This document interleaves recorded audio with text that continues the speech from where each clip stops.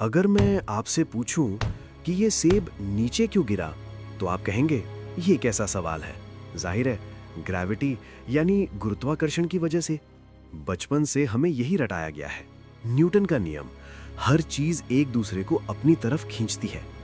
लेकिन क्या हो अगर मैं आपसे कहूं कि ये सच नहीं है?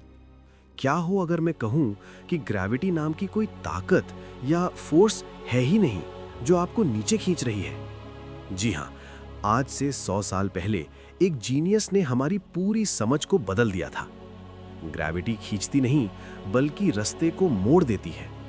1687 में सर आइजैक न्यूटन ने हमें बताया कि ग्रेविटी एक अदृश्य धागे यानी इनविजिबल स्ट्रिंग की तरह है। सूरज पृथ्वी को खींच रहा है, पृथ्वी चांद को खींच रही है। ये थियरी 200 सालों तक राज करती रही। इससे हम रॉकेट भी उड़ा सकते थे। लेकिन एक दिक्कत थी। हमारे सौर मंडल का सबसे छोटा ग्रह मर्क्यूरी यानी बुध, न्यूटन के गणित के हिसाब से इसे जिस रास्ते पर चलना चाहिए था, ये उससे थोड़ा भटक रहा था। वैज्ञानिकों को लगा कोई भूतिया ग्रह उसे खींच रहा है, लेकिन वहां कुछ नहीं था। असल में न्यूटन ये तो बता पाए कि ग्रेविटी कितनी है, लेकिन वो ये कभी नहीं बता पाए कि ग्रेविटी क्यों है। सूरज को करोड़ों किलोमीटर दूर से कैसे पता चलता है कि पृथ्वी को खींचना है? फिर एंट्री हुई एल्बर्ट आइंस्टाइन की। 1915 में उन्होंने जनरल रिलेटिविटी दी। उन्होंने कहा, स्पेस खाली नहीं है, स्पेस एक फैब्रिक यानी कपड़े की तरह है जिसे स्पेस टाइम कहते हैं। कल्पना करें एक गद्दे की। अगर आप उस पर एक भारी बोलिंग बॉल रख दें तो गद्दा दब जाएगा।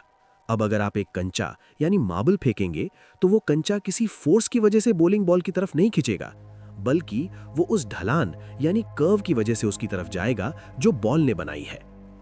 आइंस्टाइन ने कहा, सूरज अपनी भारी भरकम मास की वजह से स्पेस को मोड़ देता है और पृथ्वी उस मुड़े हुए रास्ते पर फिसल रही है। हमें लगता है कि कोई खींच रहा है, लेकिन असल में हम बस टेढ़े रास्ते पर सीधा चलने की कोशिश कर रहे हैं। इसे और गहरे से समझते हैं। अगर आप किसी ऊंची बिल्डिंग से गिर रहे हो तो आपको अपना वजन महसूस नहीं होगा। क्यों? क्योंकि आप गिर नहीं रहे हैं, आप स्पेस टाइम के कर्व में तैर रहे हैं। आइंस्टाइन के मुताबिक जब आप खड़े होते हैं तो ग्रेविटी आपको नीचे नहीं खींच रही, बल्कि जमीन आपको ऊपर की तरफ धकेल रही है, उस स्पेस टाइम के बहाव के खिलाफ।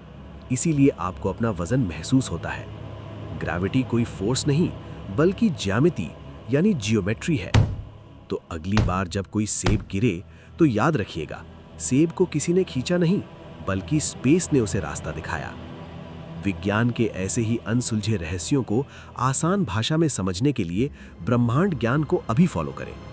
आपको क्या लगता है, क्या आइंस्टाइन की थियरी भी कभी गलत साबित होगी?